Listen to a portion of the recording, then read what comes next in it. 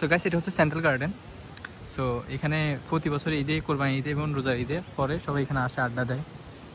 So গার্ডেনটা অনেক সুন্দর। আমি যদি ভিউটা জাস্ট আপনাদেরকে যদি দেখাই, অসাধারণ।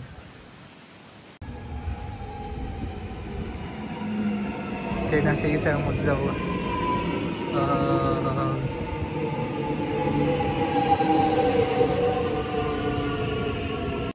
হ্যালো, আসসালামু আলাইকুম গাইস, আশা করি সবাই আল্লাহর রহমতে ভালো আছেন। আজকে বাইরে অনেক বৃষ্টি, যার কারণে বাসায় ভিডিও বানাচ্ছি।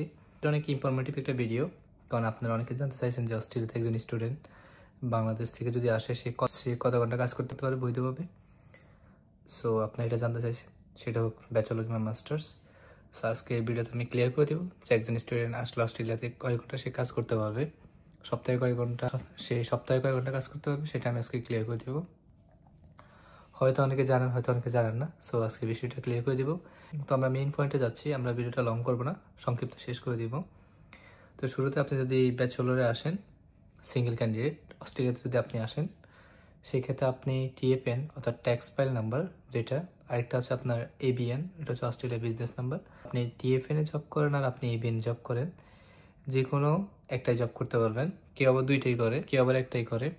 সো আমি রিকমেন্ড করবো আপনি একটাই করতে হবে। আপনি ট্যাক্সে করলে আপনাকে ধরবে, আপনি এবিএনে করলে আপনাকে ধরবে, মানে আপনার হিসাবটা করবে। যখন আপনি পিআর এর জন্য অ্যাপ্লাই করবেন, যখন আপনি অস্ট্রেলিয়া থেকে দেশে যাবেন, তখন আপনার এবিএন টিএফএন চেক করতে পারে।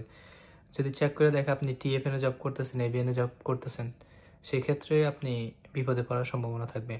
কারণ রিসেন্টলি অনেক ভিসা ওরা ক্যান্সেল করে দিছে, ডিফল্ট করে দিছে ওরা। কারণ ওরা অনেকে টিএফএনও করছে, আবার এবিএনও করছে, বলছে রুলস ব্রেক করে বলছে। সো আমি বলবো, আপনি যদি অস্ট্রেলিয়াতে আসেন, আপনি টিএফএন অথবা এবিএন যে কোনো একটাই 24 ঘন্টা কাজ করতে পারবেন, এর বেশি কাজ করতে পারবেন না। সপ্তাহে মানে উইকলি আপনি 24 ঘন্টা কাজ করতে পারবেন। ধরেন আপনি উবার করতেছেন, এখন আপনি উবার করলে আপনি সপ্তাহে 24 ঘন্টা কাজ করতে পারবেন। ফোর্টনাইটে আপনি 48 ঘন্টা মেনটেন করতে হবে। ফোর্টনাইটে 48 ঘন্টার বেশি আপনি যেতে পারবেন না। যদি আপনি যান তাহলে ওরা আপনাকে ধরবে, যে আপনাকে ওরা রুলস দিয়েছে, কেন আপনি রুলস ব্রেক করছেন। সেক্ষেত্রে আপনি প্রবলেম ফেস করতে পারেন। আচ্ছা, যারা হচ্ছে স্পাউস ভিসাতে আসে, তাদের হচ্ছে যিনি অ্যাপ্লিকেন্ট, তিনি 24 আওয়ার্স করেন। আর সাথে যাকে নিয়ে আসেন, হাজব্যান্ড অথবা ওয়াইফ, তিনি হচ্ছে ফুল টাইম জব করতে পারে। তো তার কোনো রেস্ট্রিকশন থাকে না কাজের, তার যতক্ষণ ইচ্ছা সে ততক্ষণ কাজ করতে পারে। সেই এবিএনে হোক, টিএফএনে হোক, মানে যেটাই হোক সে করতে পারে, সেক্ষেত্রে তার কোনো সমস্যা হয় না। সো একমাত্র স্পাউস ভিসাতে যে মেইন অ্যাপ্লিকেন্ট, সে শুধু 24 ঘন্টা কাজ করতে পারে, আর সাথে যাকে নিয়ে আসে সে ফুল টাইম করতে পারে। তো যার কারণে হচ্ছে স্পাউস ভিসাতে ইজিলি টিসিপি ম্যানেজ করা যায়, অন্যান্য কস্ট ইজিলি উঠানো যায়। সো স্পাউস ভিসাতে এই একটা সুবিধা আপনি পাবেন। আর ব্যাচেলর মাস্টার্স আপনি যে ভিসাতে অ্যাপ্লাই করেন না কেন, আপনাকে 24 আওয়ার্স মেনটেন করতে হবে। এর বাইরে চলে গেলে আপনাকে এখন কিছু করবে না। আপনি যদি টিএফএনও করেন, এবিএনও করেন, আপনাকে এখন কিচ্ছু বলবে না, যতক্ষণ পর্যন্ত না আপনি তাদের কাছে ধরা খান।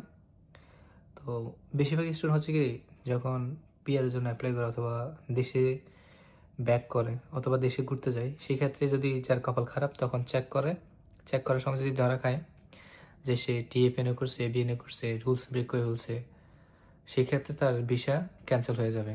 ইমিগ্রেশন অফিসে তারা ডিপোর্ট করে দেবে। সো কারণ এখন অস্ট্রেলিয়া অনেক স্ট্রিক্ট হয়ে গেছে। সো আগের মতো ওইরকম ফ্যাসিলিটিস আপনি পাবেন না, কারণ সরকার এখন খুব কঠোর হয়ে গেছে ভিসার ক্ষেত্রে। সো যদি নেক্সট ইলেকশন হয়, সেক্ষেত্রে আরও কঠোর হয়ে যাবে, ইমিগ্রেন্টস আরও কমাই ফেলবে। সো তখন তো আপনি রুলস কোনো মতোই ব্রেক করতে পারবেন না। যদি ব্রেক করেন, তাহলে আপনার ভিসা ক্যান্সেল হওয়ার পসিবিলিটি অনেক হাই হয়ে যাবে। তো এখন আপনারা অনেকে প্রশ্ন করতে পারেন, যে 24 আওয়ার্স কাজ করে কি টিসিপি ম্যানেজ করা যায়?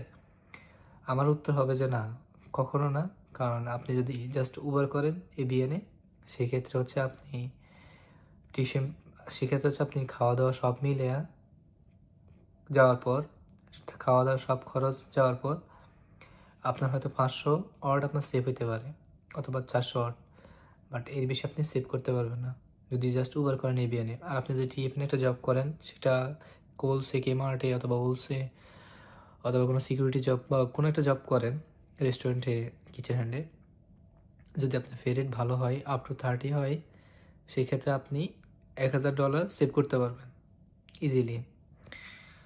যদি আপনি টিএফএন একটা ভালো জব করেন আর কি, যদি আর অন্য কোনো জব না করেন, জাস্ট টিএফএন একটা জব করেন, সেক্ষেত্রে আপনি মোটামুটি $1000 করে সেভ করতে পারবেন। সেক্ষেত্রে আপনি যদি ইনস্টিটিউটে পড়াশোনা করেন অথবা কলেজে পড়াশোনা করেন, তাহলে আপনি সেক্ষেত্রে একটা টিএফএন জব দিয়ে আপনি আপনার টিউশন ফি ম্যানেজ করতে পারবেন। সেক্ষেত্রে আপনি আপনার টিউশন ফি ম্যানেজ করতে পারবেন একটা টিএফএন জব দিয়ে। বাট ইউনিভার্সিটির টিউশন ফি জীবনে ম্যানেজ করতে পারবেন না জাস্ট টিএফএন বা এবিএন জব কইরা, কারণ এটি ইম্পসিবল। পাশাপাশি আপনাকে একটা ক্যাজুয়াল জব ম্যানেজ করতে হবে। বাট পার্ট টাইম জব করে আপনি টিউশন ফি ম্যানেজ করা এটা ইম্পসিবিলিটি। গাইস, এই গার্ডেনটার নাম হচ্ছে সেন্ট্রাল গার্ডেন। সবাই এখানে আয়োজন করে, সবাই এখানে আয়োজন করে। তো গাইস, এটা হচ্ছে সেন্ট্রাল গার্ডেন।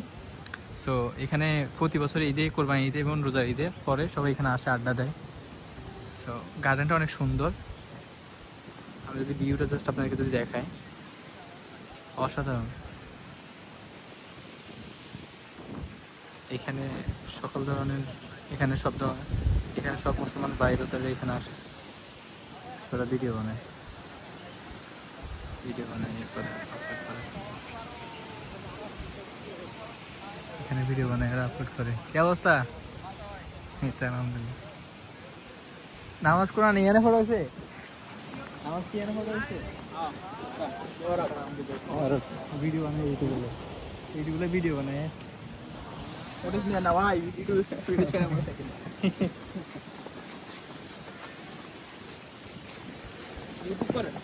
করি, আমি তো ব্লগ বানাই। ইউনিভার্সিটি। সো মসজিদটা আপনাকে ঘুরে দেখাই আমি। সো আমি উপরে জায়গা দেখাচ্ছি।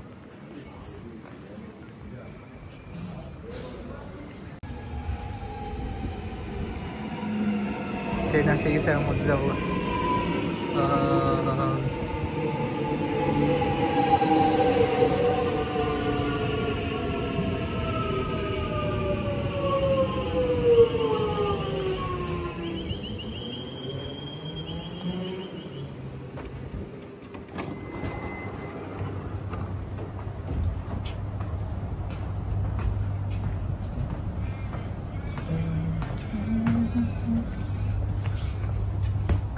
তো গাইস, এখন মসজিদে যাব,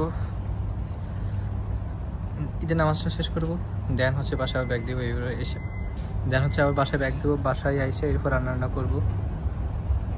দেন আপনাদেরকে আশপাশ সব জায়গাটা ঘুরিয়ে দেখাবো। তেমন একটা ভালো লাগে না।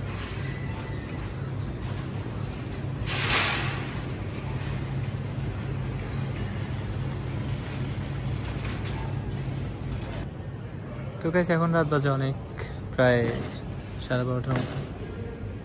আমি কোচ থেকে নিলাম, নিয়ে বাসা যাবো। এখন বহুত ঝামেলা, রান্না করা, ভার্সিটিতে যাওয়া, অ্যাসাইনমেন্ট রেডি করা, জব করা। আপনাকে ক্লিয়ার করে দিলাম যে একটা স্টুডেন্ট কয় ঘন্টা লিগেলি কাজ করতে পারবো অস্ট্রেলিয়াতে। তো সবাই ভালো থাকেন, দেখা হবে নেক্সট ভিডিওতে। আর কি ধরনের ভিডিও অবশ্যই কমেন্ট করে জানাবেন। আজকে এই পর্যন্ত, আল্লাহ হাফেজ, আসসালামু আলাইকুম।